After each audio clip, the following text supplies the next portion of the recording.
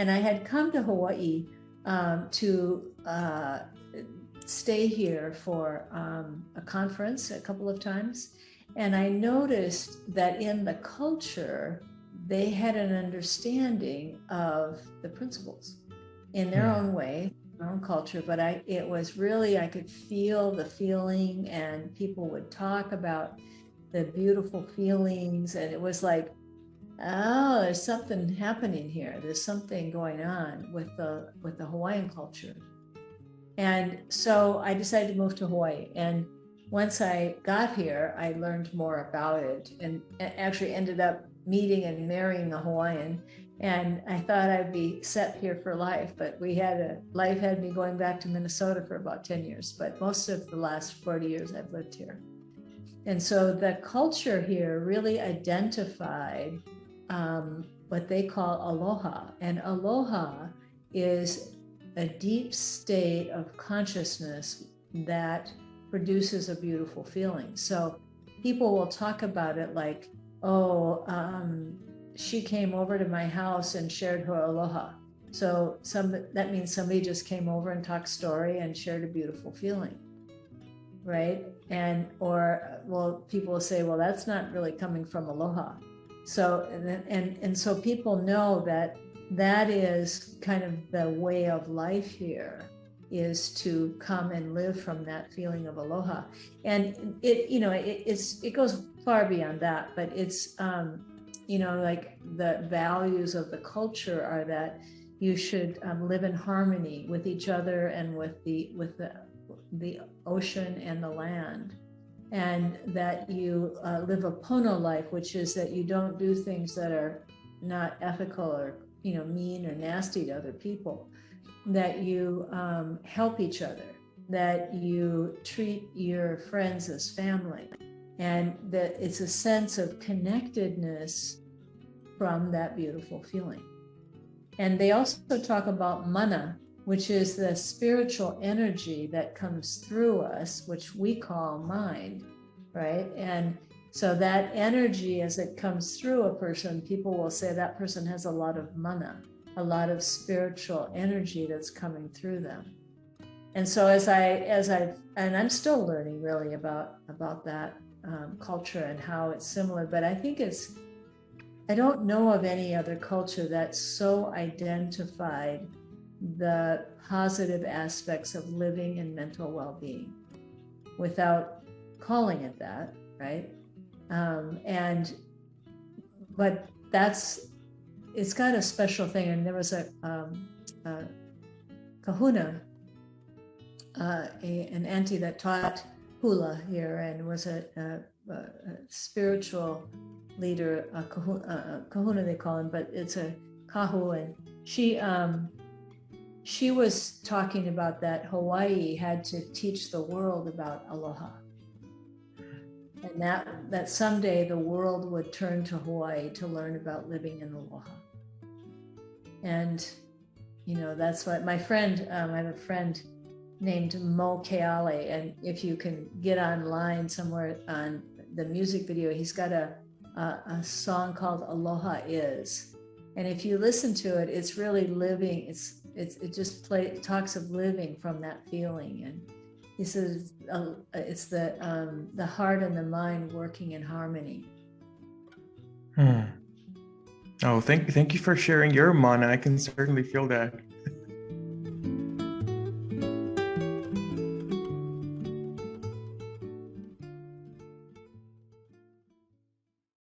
Hi, Christine. It's such an honor to have you on Brand New Thought. Oh, thank you for asking me. It's quite an honor to be asked. I love asking my guests beyond formal introductions. What would you like people to know about you before you begin? As of now, as of today. Oh gosh.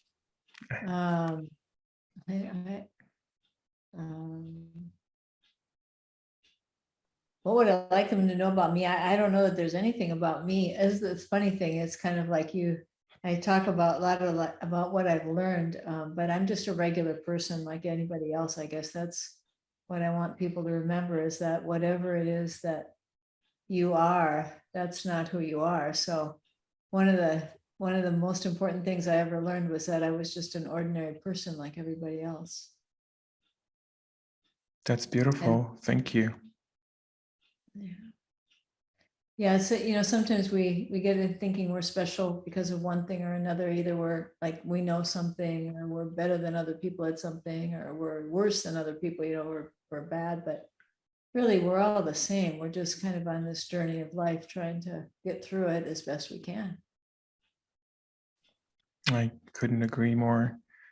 So would you say that embracing our ordinary nature is what allows what's extraordinary about us to unfold more effortlessly? Yeah, I think the more comfortable you are and the more you're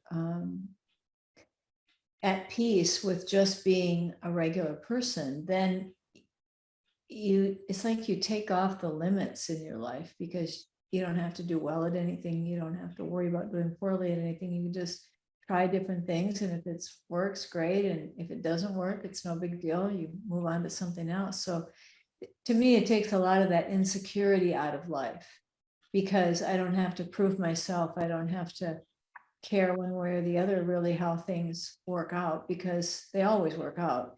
It's just not always the way I think they should work out, right? That's a beautiful thought. I want to begin by asking you a few things about the three principles of understanding that you share. And this may seem very obvious, but I know to a lot of people isn't. Why would an understanding about the mind be helpful at all in terms of unlocking well-being or increasing productivity or some of the other things people seek to gain in conversations about mental health or personal development? Well, I can just speak for myself, but what I've seen in myself and in my work is that when you start to understand how it all works, you don't get in your way. You don't get in your own way.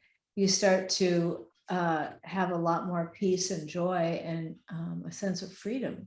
And when you do that, you open up to move beyond what you know into the unknown. And then it's like new thought comes through you. So you become more uh, creative, and you get smarter. Oh, sorry.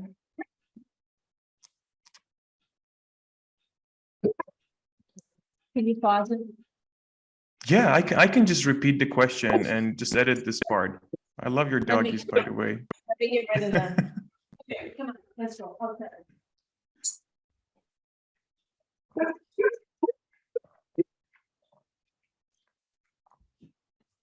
Sorry. Just adorable, don't be.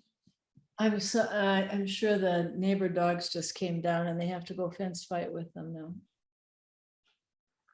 Would you like me to Yeah, repeat the question? yes, repeat the question. So here's a question that may seem kind of obvious, but I know that to a lot of people it isn't. So I want to ask it anyways. Why would an understanding about the mind be helpful in terms of unlocking well-being or increasing productivity or some of the other things people seek to achieve in conversations about mental health or personal development?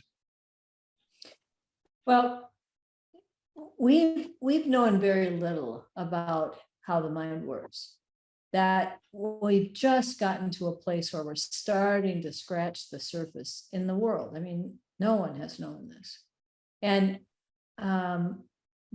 by understanding how the mind works, you can start to use it in ways that it's designed. Like for me, I didn't know how thought worked. And so I did way too much thinking. I was trying to find happiness by thinking, and happiness does not come from thinking. Happiness comes from a deeper state of consciousness that, resides within everyone. So it helps you with a lot of things. Number one is you don't have as much stress in your life, right? So you can do whatever you do, and you do it with more peace and a lot less fear and anxiety about how it's going to turn out. You walk through life in a different feeling, and that allows you to be more creative and opens you up to new thought, because when you're doing a lot of thinking all the time, you're just in memory. And memory is there's not anything new there. It's kind of like you have a thought, it goes in memory. You have a thought, it goes into memory. So that's what I call the dead thought library. And when you're present in the moment and you're in a beautiful feeling, you get new thoughts, and they're alive. There's a sense of aliveness that goes with them. That's interesting. And I think there's so many modalities, whether consciously or unconsciously, facilitating just that, like a lot of forms of meditation, for example, that kind of take your attention away from a momentum of specific thoughts. But like on my own example, before I got introduced to the three principles, it didn't occur to me just to pause and kind of evaluate how my experience of life is created. So I guess my question is, if the three principles are true, and we've seen that they are true, why aren't they more obvious, or why doesn't it occur to us earlier to kind of pause and evaluate this? Because probably this is not the most common spiritual path or psychological path. And hell, you have a podcast called Psychology Has It Backwards. So. Yeah, and that's kind of, see, the nature of thought is that it creates an illusion that the outside world is creating our experience. So we have evolved as a species looking at what we create. So we're looking at life, looking at people, and reacting, and how we react to it. And psychology is just one thing that's based on that. It's kind of looks at why people are the way they are, why their experience is the way it is, and analyzes what's wrong with people. And that's after the fact, right? People already create that, and then they are experiencing that experience of anxiety or depression or joy or whatever it is. And so what we're saying is, like, if we take one step back and we look at how this is generated, we have a lot more control over that, because we're now making a change in real time, as opposed to trying to fix it after the fact, right? So it's like catching the horse after it's out of the barn. You know, it's like it's too late already. You've already created that thought or that experience, and the more you think about it, then the longer it stays around and the more people suffer. So I think that the illusion that thought creates, that the outside world is what's creating how we feel and our experience of life, has gotten in the way of our really understanding deeper that there's this innate health that's built into us, that we're born into a state of well-being.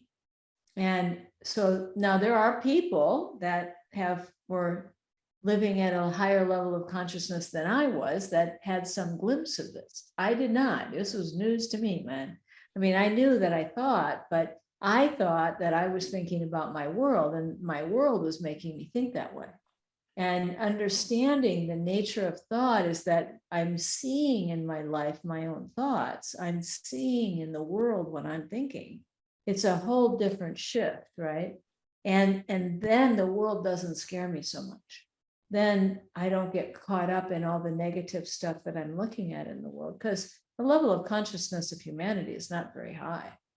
You know, we have, especially right now, it's just like I think the world has been overdosing on information. And as a result of that, people are miserable and angry and reactive and a little bit nutty. No, a lot of my listeners are from Armenia, and we have so much volatility and armed conflicts going on in our region. And we see that this is a reflection of of the global state of consciousness, and it keeps on regurgitating. And that kind of brings me to my next question, because and the three principles community gets bigger and bigger and more diverse, but I would say still it's predominantly in North America, Europe, Australia, and probably it hasn't reached other regions so well. And I guess my first question was going to be, and because you're joining from Hawaii, and I would really love you to speak a little bit about kind of this pointers in the culture of Hawaii, because I think they're kind of more pointers in Hawaii than maybe other cultures. I mean, there are pointers in all spiritual and religious traditions, but I think Hawaii is somewhat specific. So I wanted to ask you that. And also I wanted to tie it to communities like Armenia, because there's somewhat different kind of reality happening. I mean, right now there's a group of people without gas, kind of separated from the rest of the world, afraid that a new war might start. And one of my intentions with this podcast is to share the three principles with everyone, especially people that are living in this kind of circumstances, because if something is true, it is true always. And in a way, if I'm entirely honest with you, like this volatile environment almost helped me realize this more, because like if it's true here, it's true everywhere. So Yes. please share a Yeah. little bit about your Hawaii experience, and help how can people in other environments tap into this understanding and help increase their states of consciousness too. Okay, so the first question is about our expansion beyond our English speaking privilege that we all, right? That's how I look at it. And the deal is that at first there's a reason for that. I think well, it's a couple of them, but when we first started to listen to Sydney Banks talk about the three principles, there were less than 20 of us. When I came in, there was less than 15 people in the world that had heard anything about this, that were actually teaching it or trying to share it in some way.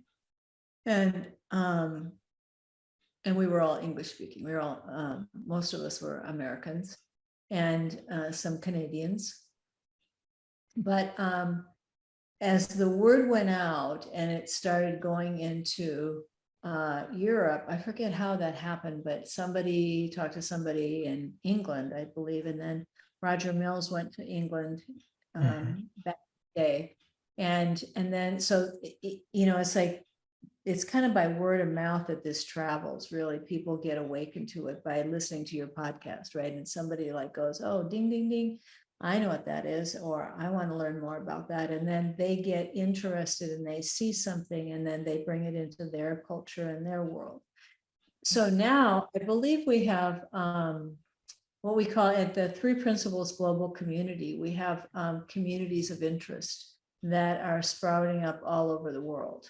And we're starting to translate some of the work of Sydney Banks into other languages. And that's one of the reasons that we didn't do that initially, was because Sid didn't want to do that. He was looking at us and seeing the level of understanding that we were at, and was pretty sure that if somebody else translated it, that it would not be translated in the same feeling. And so we have been doing our best to try to figure out how to make his work accessible to more peoples across the world. And so one of the things we're doing, in fact, we're going to have a YouTube site, and we're going to have Sid's videos up there with translations, with subtitles, so that his feeling will still come through, but we'll translate as best we can. Because see, like I only speak English and a little Spanish, so I can't really read it to see if it's really translated correctly, right? So then we get like, oh, we have to do it right. And so we thought if we did the subtitles, that way people would listen to the video and be, because it's not in his words, it's in the feeling he's talking from. So if that feeling comes through, and then you can add the words so people at least feel like they know what they're listening to, that would be something that we could do. And then his books are also, we're starting to get them translated into different languages. Someone that speaks both languages then, who starts to have an understanding for themselves, then can translate it. So we are trying to get this out beyond the white world, and also in the continent of Africa, because there's also many languages in Africa And like our podcast is even ranked in Tanzania. I was like, really? That's, it kind of shocked me, but it, so that's the answer to that question. We're doing the best we can. And if people are interested, they can go to Three Principles Global Community, and we will be having that YouTube site up soon. I just got that. In fact, that's hot off the press. Nobody else actually knows about that, but it's going to come out soon. I just saw the first mock-up of it to look at. And Hawaii, the reason I came to Hawaii, actually, I grew up in Minnesota, which is kind of in the northern part of the United States in the middle of the country, where it's cold. And I was learning the principles, and I thought, two things I thought. One was that I'm learning to be a really nice person, so somebody probably will want to marry me one of these days. So I should put myself in a place I want to live for the rest of my life, right? And Beautiful. I could not get over the weather in Minnesota. I just couldn't get beyond my negative thoughts about it. So I thought, okay, let's move someplace that's warm and beautiful. And I had come to Hawaii to stay here for a conference a couple of times. And I noticed that in the culture, they had an understanding of the principles in their own way, their own culture. But it was really, I could feel the feeling, and people would talk about the beautiful feelings. And it was like, oh, there's something happening here. There's something going on with the Hawaiian culture. And so I decided to move to Hawaii. And once I got here, I learned more about it, and actually ended up meeting and marrying a Hawaiian. And I thought I'd be set here for life, but life had me going back to Minnesota for about 10 years, but most of the last 40 years I've lived here. And so the culture here really identified what they call aloha. And aloha is a deep state of consciousness that produces a beautiful feeling. So people will talk about it like, oh, she came over to my house and shared her aloha. So that means somebody just came over and talked story and shared a beautiful feeling, right? Well, people will say, well, that's not really coming from aloha. So, and so people know that is kind of the way of life here, is to come and live from that feeling of aloha. And it goes far beyond that, but it's, like the values of the culture are that you should live in harmony with each other and with the ocean and the land, and that you live a Pono life, which is that you don't do things that are not ethical or mean or nasty to other people, that you help each other, that you treat your friends as family, and that it's a sense of connectedness from that beautiful feeling. And they also talk about mana, which is the spiritual energy that comes through us, which we call mind, right? And so that energy, as it comes through a person, people will say that person has a lot of mana, a lot of spiritual energy that's coming through them. And so and I'm still learning really about that culture and how it's similar, but I think I don't know of any other culture that so identified the positive aspects of living and mental well-being without calling it that, right? But it's got a special thing. And there was a kahuna, an auntie that taught hula here and was a spiritual leader, kahuna they call him, but it's a kahu. And she was talking about that Hawaii had to teach the world about aloha, and that someday the world would turn to Hawaii to learn about living in aloha.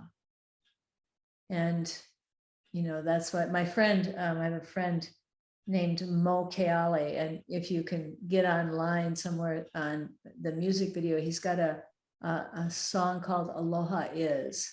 And if you listen to it, it's really living. It just talks of living from that feeling. And he says it's the heart and the mind working in harmony. Hmm. Oh, thank you for sharing your mana. I can certainly feel that. I love what you just said about, how Sydney Banks had this idea that he wanted the understanding to unfold through people that could tap into that feeling. A week ago, we had a chance to speak with Jack Pransky, and he said that in the Modelo project. So originally there were these people that were kind of grounded in the understanding of the three principles, and then they were put to community work, and that was like very effective. And then later they tried reaching out to other community workers and just kind of quickly introduce the three principles understanding to them and see if the same effect could be replicated. And it wasn't the same. So it's very interesting that may actually be the reason that perhaps the community isn't as diverse now, but perhaps there's a reason behind that, and things do take time. And thanks for sharing about some of the efforts of the Three Principles Global Community. It's just, I'm so glad to hear about them. Yeah, yeah. We made a real effort a couple of years ago. I actually was the spearheaded it because I realized that our group had become very white. And Roger Mills was the psychologist that Jack was probably referring to. He's the one that actually, he's a blonde-haired, blue-eyed guy, and he went into a housing project in Miami, Florida, where everyone was Black and usually American, but had been living in this really low income, high crime, very drug infested area. And he just went up to the door and knocked on the door, like, you want to go to a parenting class? You want to go to a parenting class? And they'd slam the door in his face and he'd laugh. You have to know Roger, he'd laugh. And then he'd go to the next door, and he did something magical there. He met with these women. There were, I think 17 women, maybe there were more than that, but I remember 17 for some reason. And he worked with them for about a year, and they changed so much that they literally transformed the whole community. And people all of a sudden started using the job center, where they were unemployed, but no one did anything. So 80% of the people living there either went back to school or got a job. And the kids formed an alliance with the police to get the drug dealers out of the community. And the people that lived there did a fundraiser for the migrant workers, the Hispanic migrant workers that were working in the orange fields. It was just this magical experience that happened because the feeling was that deep there. And there were other community projects. That wasn't the only one. There was one in Oakland, California, and it had been like the murder capital of the United States. And there were no murders there for, 8 or 9 years after they started doing that project. But they didn't have the same kind of funding. And that's probably the biggest thing that we've had, is a lack of funding. Most of the projects that we've done, individuals have done because they've awakened to this, and then they figure out a way to do it. And so a lot of universities and people that have, funding that can research it we haven't been able to kind of get them behind it yet. Oh, that's so interesting to hear. You're actually, I'm privileged to get to interview you because you had a personal relationship with Sydney Banks. And so I want to speak about that a lot. But before we get there, because you kind of hinted about this, I think what a lot of us do, like, for example, when I got introduced to the idea of the three principles, maybe I had no concept about it, I hadn't thought about it. I was kind of open, I was receptive, and it just immediately landed. I had this beautiful feeling, as you mentioned. And then obviously, like, our perception of the three principles is not a static thing. So we conceptualize it, we intellectualize it, and instead of staying present and open to new in-moment insights that come with this beautiful feeling that you're describing, we keep on referring to the content of the previous insights and kind of block ourselves from wisdom. So for people that may have got kind of stuck in their intellectual understanding and conceptualization, what would you advise? How would you point them out of it? Well, I think there's three things that people have to realize. One is that they're trying to figure out how to be happy. And whenever we get thinking, we all think too much, all of us do, yeah. We get thinking and we lose the feeling. And we make the insight be about whatever we think it was, rather than about just seeing something from a deeper feeling. That's why Sid says it's all about the feeling. It's in the feeling. So you have to learn to listen for a deeper feeling as it comes through you. And then that provides you with the insight, and then your mind quiets down.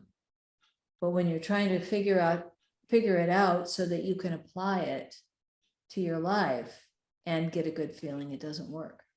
So if you're not getting a good feeling, that's all that's happening.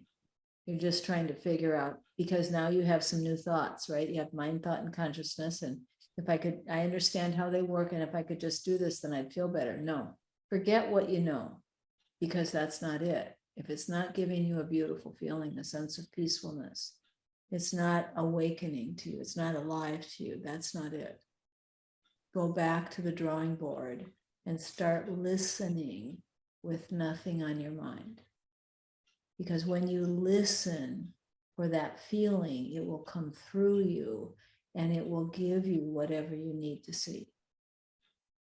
But it's very simple, super simple, and it has to come to you. You have to see it for yourself. You cannot figure it out by listening to somebody else and then memorizing what they say and then applying it. That's the model the world lives in, is that what I call the information application mode. Tell me how it works so I can apply it and then I'll be happy. No, it doesn't work like that. You have to see that you are what you're looking for. You are it already. It's like one of my girlfriends said that she was looking for her phone in her car. She was looking all over and couldn't find it. And then she realized she was using her flashlight on her phone to find it. Oh God. Isn't that a beautiful metaphor? Yeah. And yet we keep on looking for it. And here's something else. I've heard words such as gaslighting. So when we have a lot of agitated thinking and the world looks like a really messy place to be in, I think it can almost, from that perspective, it can almost feel kind of irresponsible to take your hands off of your thoughts, because then you feel like a personal responsibility to figure it out so that it goes away. I mean, obviously you don't have an appreciation that it will go away automatically once you do that. But when how could people transcend that sense of taking it so personally and feeling like it's their job to think themselves out of their problems, kind of? Mm-hmm. Well,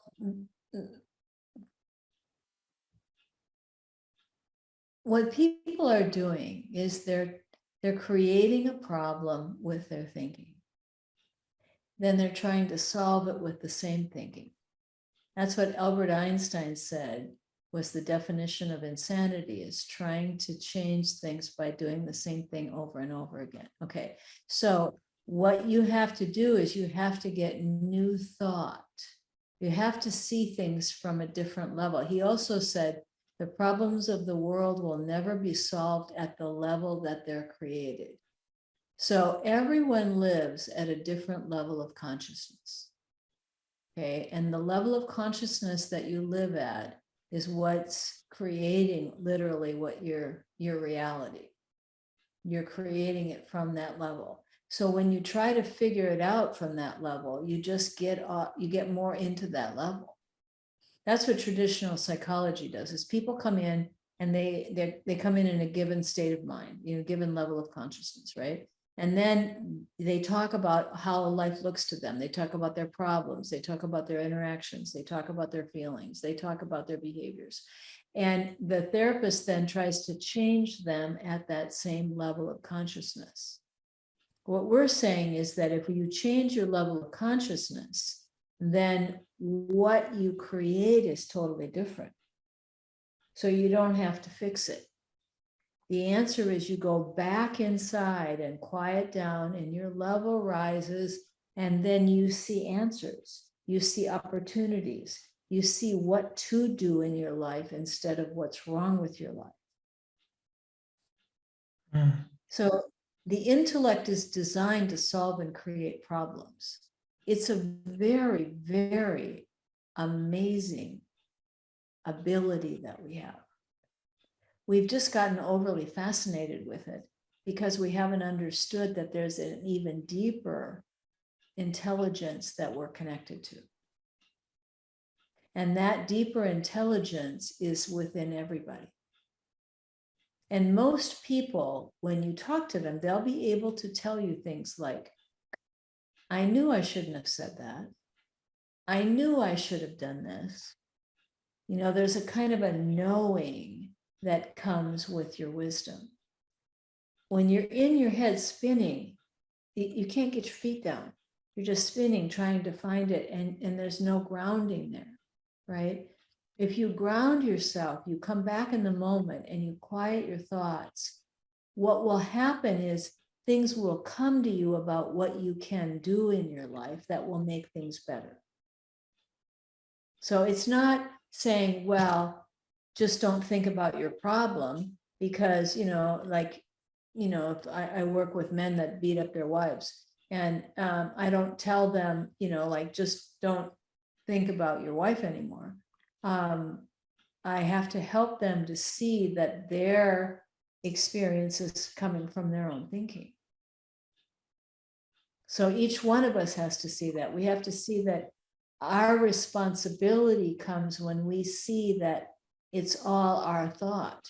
I mean, it's the good news and the bad news, right? Because the good news is it's your thought, you're the thinker, you can do something about it. The bad news is it's your thought, you're the thinker, you have to do something about it if you want it to change. You can't blame anyone. It's so almost like hilarious how our attempts to solve certain problems. You're right. It's so good that you highlighted that we're speaking about the level of our perception of problems. I mean, nobody's suggesting to ignore an external actual problem that is hurting, but and on my own example, like what the three principles helped me realize is that all these things I had made up in my mind, I was keeping it active by trying to solve it at the same time. And I was using the same material to solve it. It's like trying to extinguish fire with fire. And I just couldn't see it because intellectually I would make up all these reasons. And in my mind, they seemed valid. So and then nobody would give me feedback that they weren't. Right. Right. And, part of it is the nature of consciousness, because consciousness takes whatever you think and makes it seem real. So the problem looks like it's really a problem, right? Like, I'm not saying that there aren't things you need to change in your life or anybody needs to change in their life, but seeing it as a quote problem means there's something to be afraid of. There's like something could go wrong. It's that kind of insecurity that we get about that kind of thinking. Right. And sometimes that's okay to even have that, like, whoa, something's wrong, I better take a look at that. But then you go back out of that thinking and you start listening and reflecting, and then you start to see what to do about it.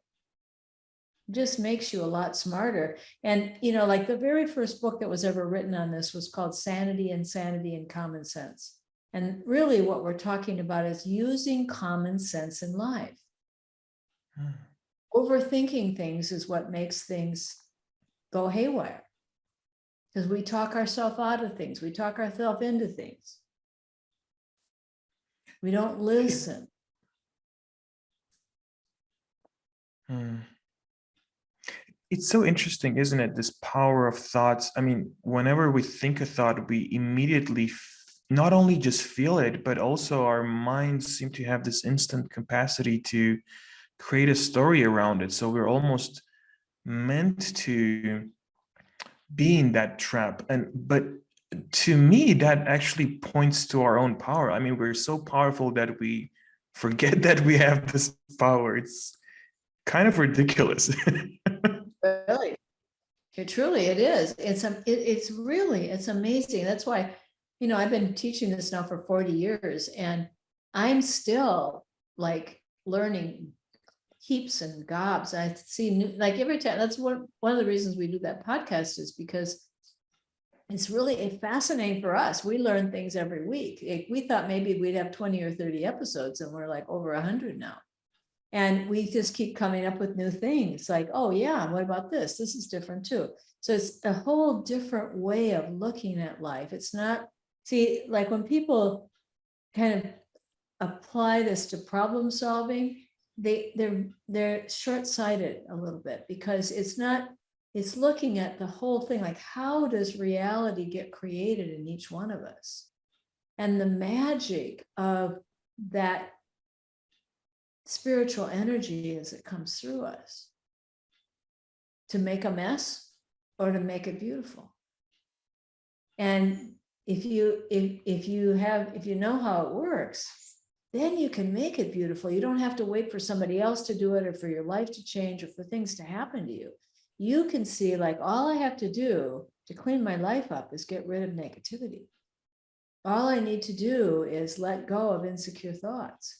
And then you see things differently, and suddenly things change. Like, there was a guy, I don't know, I think he was in the Oakland project, the community project, and that Roger did as well. Roger was the master of community projects. I got to tell you, I'm talking to Shane Kennedy to see if we can get one of him on tape somewhere, because we're losing him. And he had such an incredible feeling, just incredible feeling. And he had so much faith in the health of people that he just didn't think that anybody or any situation was unreachable. And so this guy was in one of his classes, and he says, every day I walk to the bus to go to work, and I walked by an empty lot, and the empty lot was full of syringes and bottles and trash. And he said, then one day I walked by and I saw a park. And now I'm working on transforming that. And he transformed that vacant lot into a park, and got, stuff for children to play with, and totally transformed it. But that didn't come from him thinking. It came from him seeing something different, because he was in a different feeling state, in a different state of mind, in a different level of consciousness. And that's how we have to change the world. I couldn't agree more, because I actually worked with development aid. So we did so many projects, but I would, especially after kind of getting a little bit of an insight about the three principles like 6-7 years ago, I could see how just dealing with problems after the fact and cleaning up the consequences is just a temporary thing to do. And I love what you just said about Roger, that he had faith in people's health, because when I started sharing this and had started having coaching sessions, I could see how when I would see the innate health in somebody else, and there was no question in my mind that they were okay, then it was then I could kind of be of some meaningful presence for them. But when I would question, and I would start to buy into the same limiting kind of beliefs that they were doing it, I was of no real help. And it's so interesting. It almost feels like counterintuitive, because you were conditioned to think that, oh no, we're supposed to go and find all these wounds and do something to heal them, because they're not going to heal themselves. But it's the exact opposite, which kind of makes sense why your podcast is called Psychology Has It Backwards. Yeah. Yes, that's why it is. And the thing is, we're all trained to I mean, it's just the way that the intellect works. It's like the thinking that we do from the intellect is problem solving. That's what it's there for. So that we can, figure out what to do in life, so that we can, remember how to get home at the end of the day, and, create housing that we can live in, and all kinds of wonderful things that comes from the intellect. But the intellect is limited. To me, it's like Siri, and Siri is only as good as the information that she has programmed into her. And so that's the limitation of the intellect, is it can't go beyond that. But wisdom is the intelligence of the universe. And that's how new thought comes into the world. That's beautiful. It kind of summarizes why I decided to name this podcast Brand New Thought, because every solution has to come through new thought. I think it's also important to appreciate that we can go to the old thought and kind of add a little bit of a flavor to that and feel like that's going to get us going, and we do that way too much. But as you said, we can kind of know how new that thought is by just following the feeling of it. Right. Christine, I'd love us to talk. Oh, I'm sorry, go ahead. Let me just say this. The other thing is, because we have evolved in a way where we've become dependent on figuring things out, that's why we do that. It's just like, when you're using the intellect, you're always going to be trying to figure out what's wrong so you can fix it. But if you see that you're already okay, there's nothing wrong, then you just go for that feeling. So it's almost like transcending the need for the intellect to stay active all the time, because you feel like your access to wisdom is actually literally going to make you smarter. That's right. That's right. That's beautiful. Thank you for that.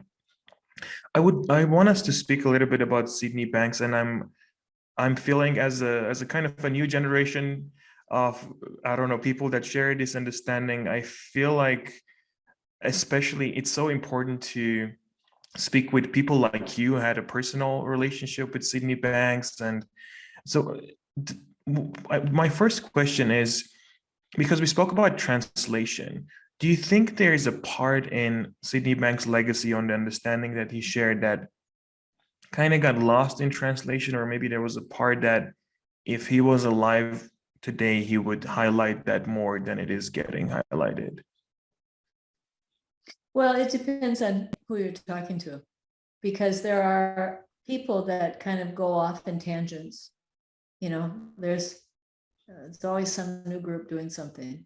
And he would probably be rolling over in his grave about that.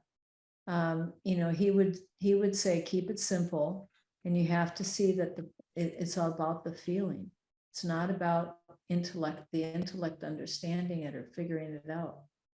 And people love to think so. They make up this stuff about different things.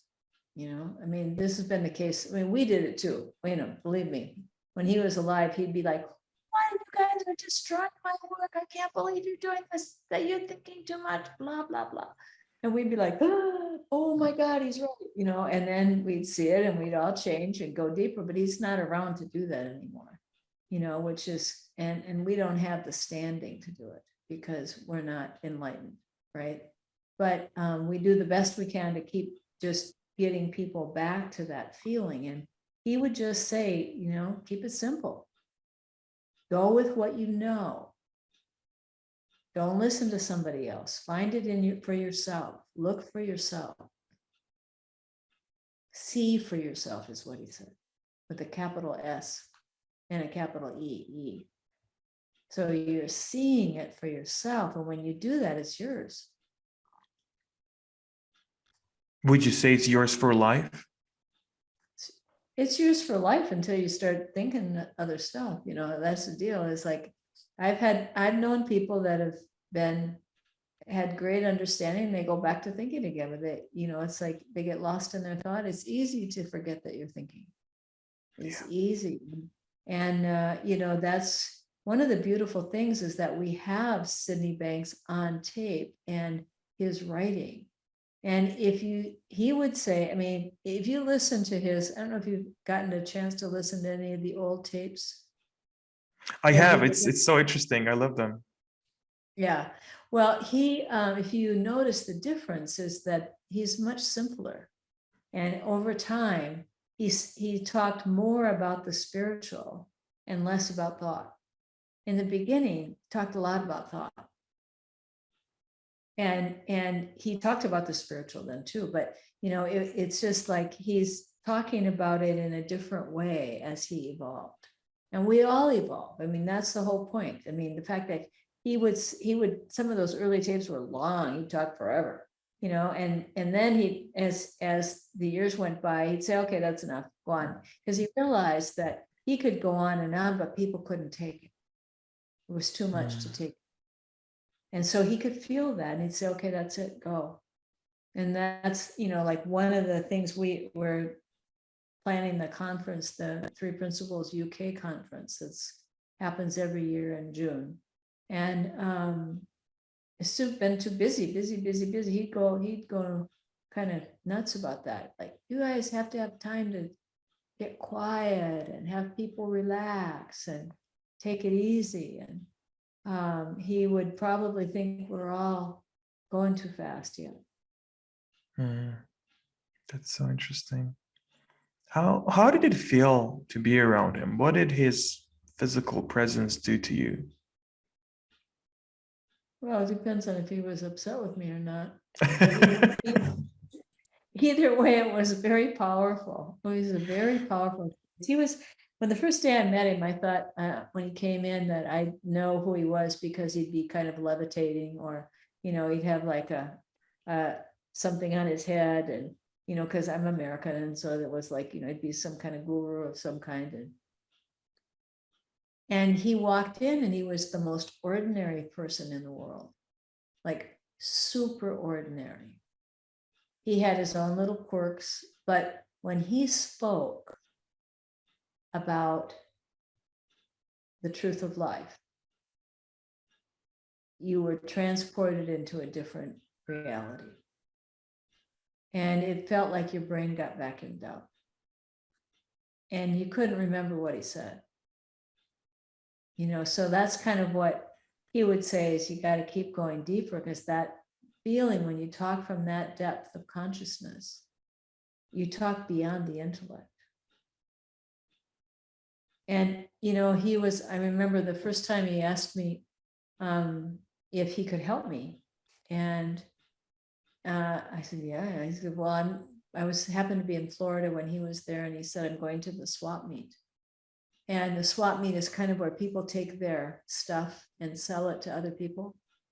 And I was like 30 years old and single, and swap meets just weren't my thing, right? That did not seem like a fun thing to do for me, but I just wanted to hang out with him. He wanted to go there. It was fine with me. And I remember, I'll never forget that day, because I remember walking down the rows, and it was so peaceful. And he wasn't talking at all. He was just looking at the stuff. And he would find these treasures like underneath everything. No one else would see it. And his mind was so quiet that either you felt like you were like a monkey in your head, like going so fast, or if you were lucky, you'd quiet down with him, and it would be a feeling that you just never felt before. That's so beautiful. He was funny. He'd crack a joke. He could tell when he'd go really high, and then we'd get insecure. We'd start thinking, and he could feel that, and then he'd come back down again, make a joke. We'd all laugh. And he was very patient with us. I tell you, he was very patient with us. Sometimes I think it was probably a little like hanging around with a group of schizophrenics for him, trying to deal with us, because of the difference between where he was and where we were. And we were all he had. Well, what he, because you mentioned him getting upset, and I think, he didn't model kind of being high and in this thoughtless state all the time either, right? And I think that's important because people might confuse spiritual wisdom with kind of being in that state all the time. But if I've understood it correctly, I think it's more about just embracing when you're not in that state, or at least that's part of it. So I'm really curious if you could tell how about his reactions, or if he's ever talked about it. Would he get upset at all? Oh, he would definitely get upset. He'd go on a rant sometimes, like, and then did this, and then right? He was just a regular guy. He's just a regular person. I mean, that's the thing about it. That's, to me, that's the message he brings, is that if that could happen to him, it could happen to anybody. Because he wasn't searching, he wasn't looking, he was a welder. He's just wanted to have a better relationship with his wife. And that was it. He was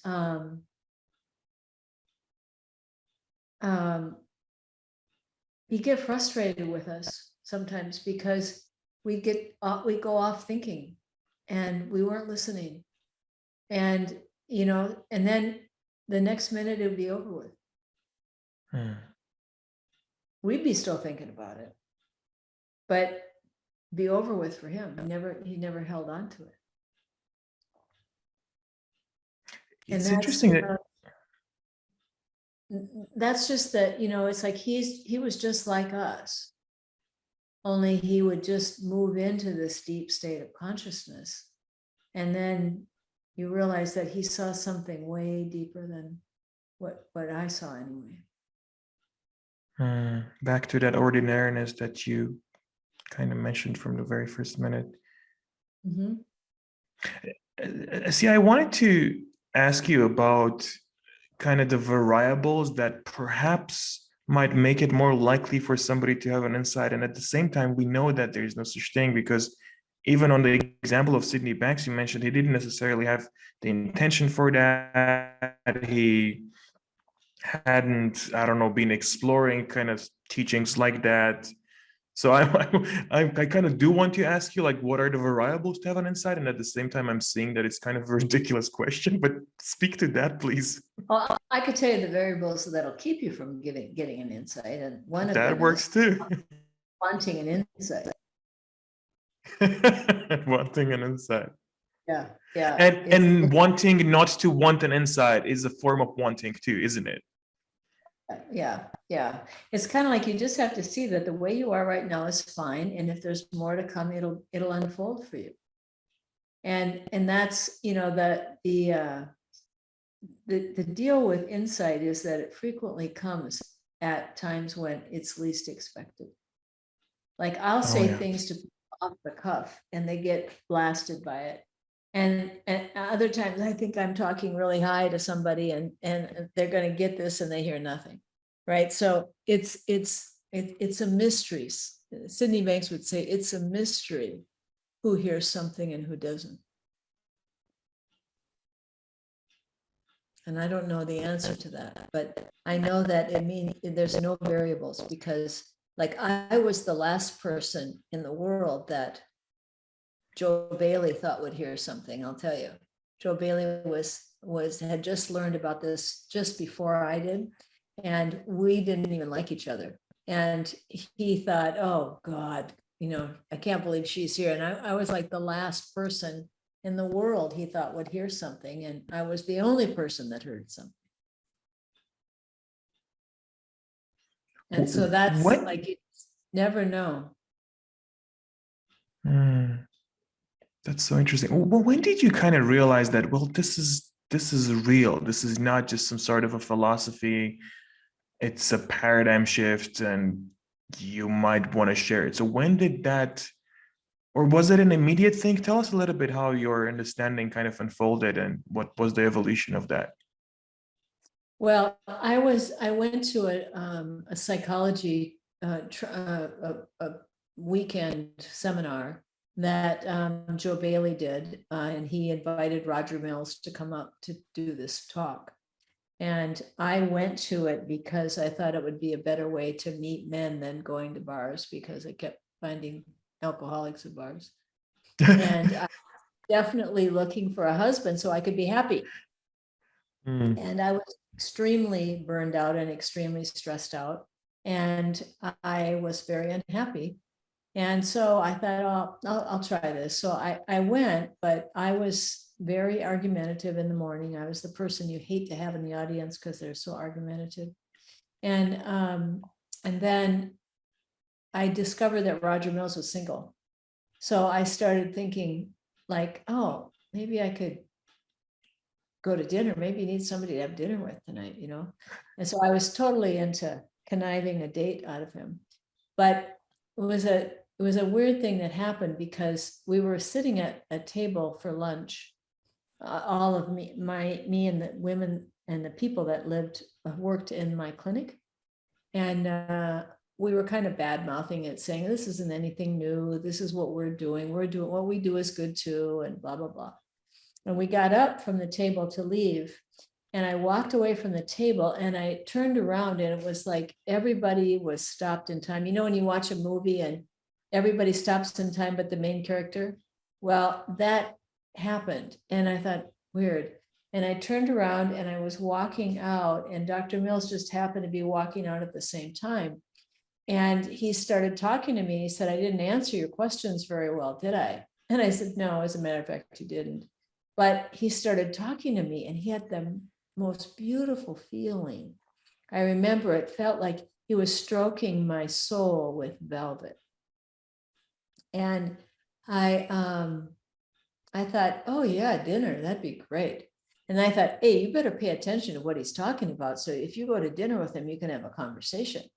So I often think that life knew what kind of bait I needed and sent Roger up there as the bait, right? And so I went in the afternoon and I was listening. Now, back in 1980, when this was, being positive in therapy was considered bad therapy.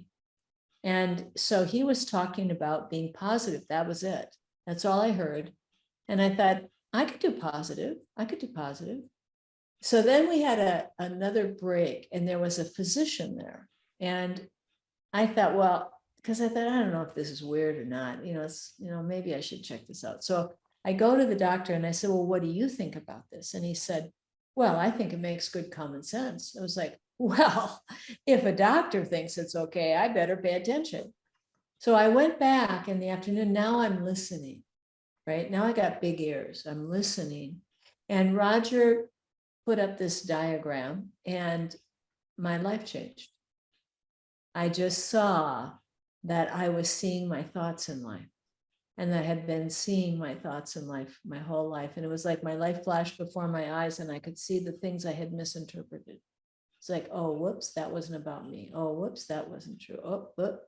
And I cracked up laughing. And I thought, oh my God, I've been analyzing my thinking for the last 7 years and I made it up. Like I thought it was hilarious. And I just saw that what I was seeing in life was my thought.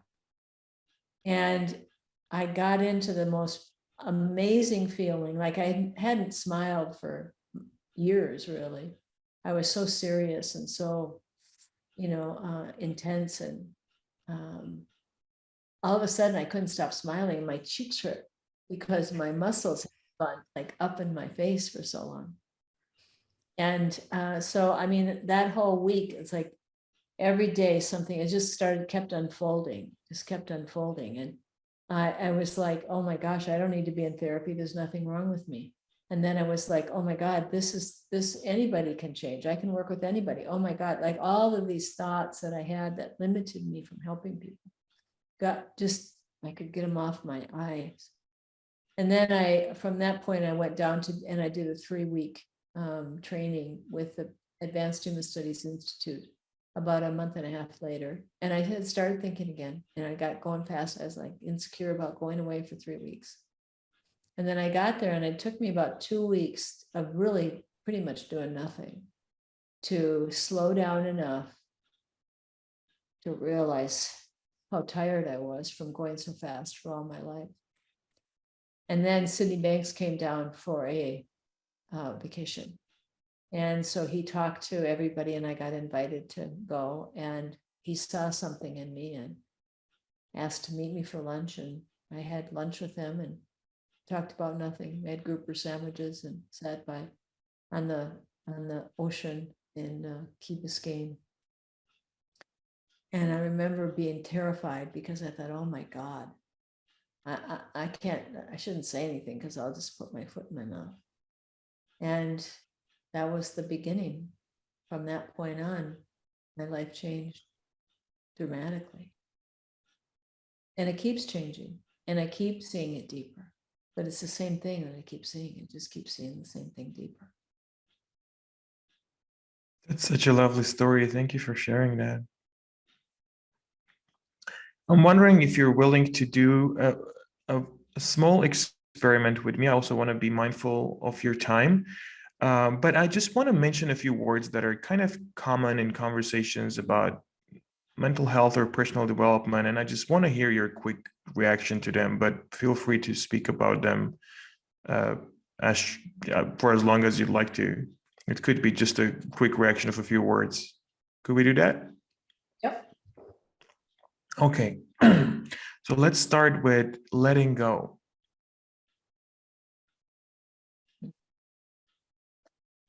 But it just means you stop thinking about something. When people say you got to let go of that, what people are doing is they're trying to manage something they have no control over by thinking about it. So they keep thinking about it over and over and over again. And their mind is on the thing that they're thinking about. Mm-hmm. So it could be something from the past, a trauma that happened. It could be a man friend who's not acting the way they want them to, or it could be a mistake you make in business. But it's that you're thinking about it, and you've got to come back in the moment and stop thinking about it, because that's not going to help you. There's no answers there. And people get stuck in time when they do that. Vulnerability? Well, vulnerability is, to me anyway, it is when you're looking at life through the eyes of insecure thinking. And so it feels like the world can do something to you.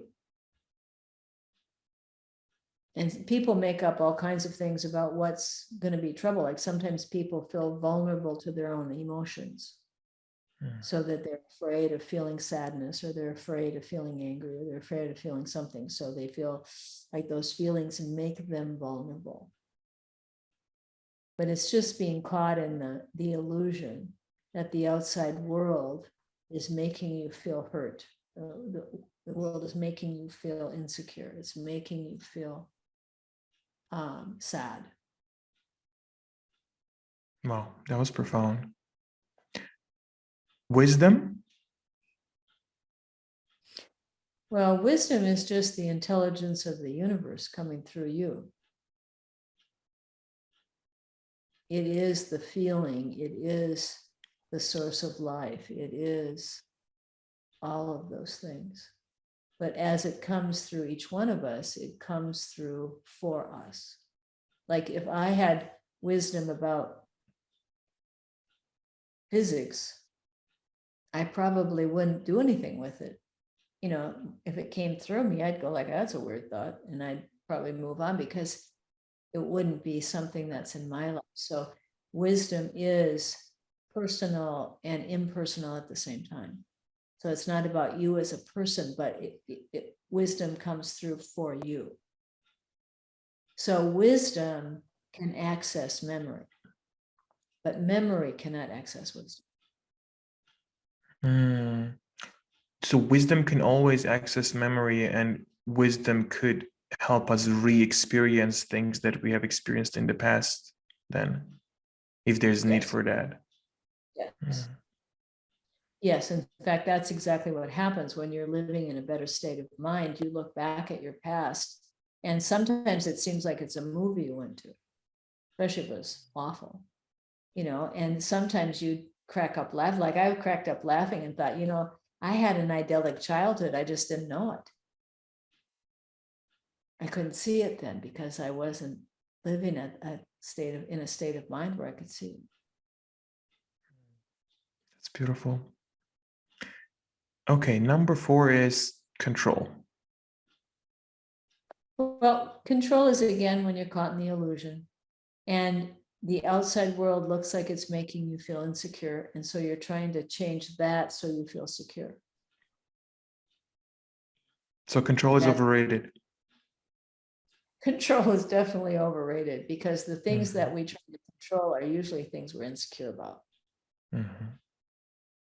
And being in control of yourself usually means you're really in your head thinking about every little thing you're doing. So you're feeling tense and tight, and instead of really going with the flow of life and just seeing that you don't have to be in control of it. It's all taken care of. You just have to get out of the way. So we're the ones making up the need to be controlled and then using that same thing to steer it. Well, no, well, I wouldn't say that we do it intentionally, but it's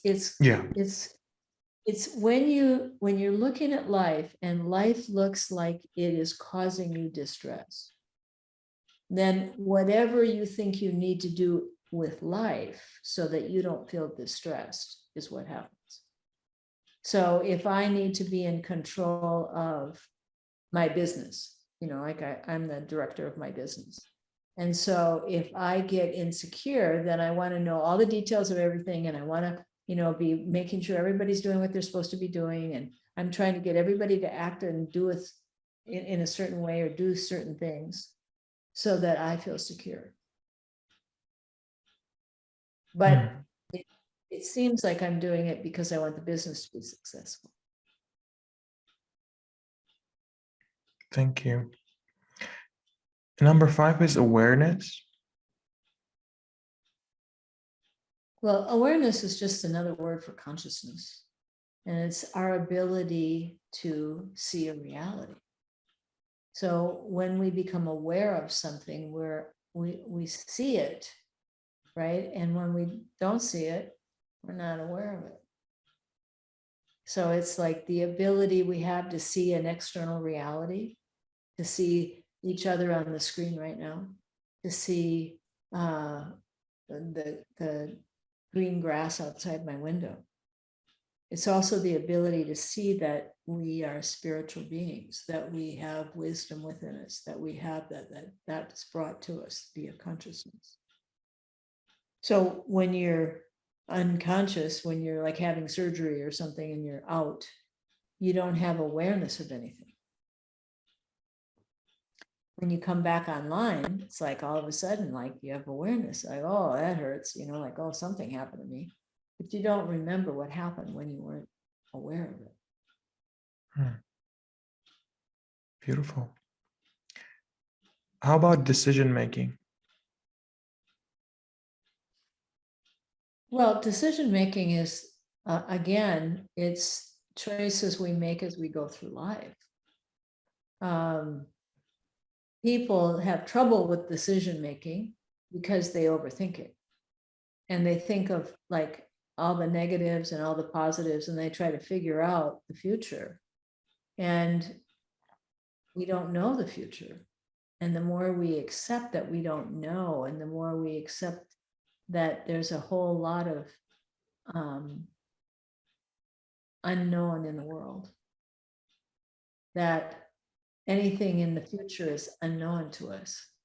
So us trying to figure it out in our head based on the past, because that's all that's in our head, is not really going to help us to make a decision. So like we make decisions in the moment, and we make decisions based on, like I make decisions based on the feeling I have and the state of mind I'm in, and whether I can see that that's exactly what I need to do. Most of the time, sometimes I don't, and then I regret it, and then I think, oh yeah, that wasn't a very good idea. But it's just decision making. It's just like sometimes people just aren't aware, again, that they're the thinker. Mm. And so when you're aware that you're the thinker, then your decisions can come easier because you're not wedded to them, to your thoughts. You can do things differently. Yeah, and in the quiet state, decisions are almost like registering the obvious, isn't it? Or even perhaps the obvious thing might be that there is no decision yet. Okay, number 7, productivity. Productivity is getting things done, and so the problem with productivity is usually you think of more things to do than you can actually do, and so you end up feeling stressed in order to do those things that you thought of and made up about needing to do, and you judge whether you're productive or not by how many of those things you get done. So I don't really look at productivity comes naturally when I'm in a good state of mind. I see what I need to do. I take care of things, and I don't have to feel under pressure to do that. I don't really think much about productivity, honestly. Beautiful. And the final one, listening. Listening is the most important thing you can learn to do, because you have to listen without thinking. But listening for a feeling, listening to someone else without having the little interpreter talking in your ear, is the most beautiful thing that you can see to do in your life. Because when you're listening to life, when you're listening to your heart, when you're listening to the feeling, when you're listening to another human being, you're in a really beautiful feeling, and you are able to feel more connected to the person you're talking to. You're connected with life. You're connected with the moment. You feel a connection like you're part of creation. When you're in your head and you think you're listening to yourself think about whatever somebody else is saying, whatever's going on. So people frequently will say that, yeah, I'm listening, but they're not. Like, you're really a good listener. And that ability to kind of listen in the moment and listen for that feeling without caring about something actually is what gives you insights.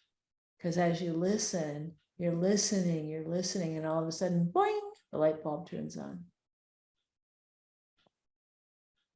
That's beautiful. Thank you so much for that, Christine. It has been delightful to get to speak with you, and I just have 2 more final questions. Number 1, if somebody wants to reach out to you, what would be the best way to do that? Probably my email is christinejheath@gmail.com. And the last question, if you could share a message with the 30-year-old version of Christine, who is kind of trying to figure out, sorting it out, kind of overthinking, what would that message be? Oh, relax and enjoy your life. It's going to be a wild ride. It'll be great. Just relax and enjoy. Thank you so much. Thank you.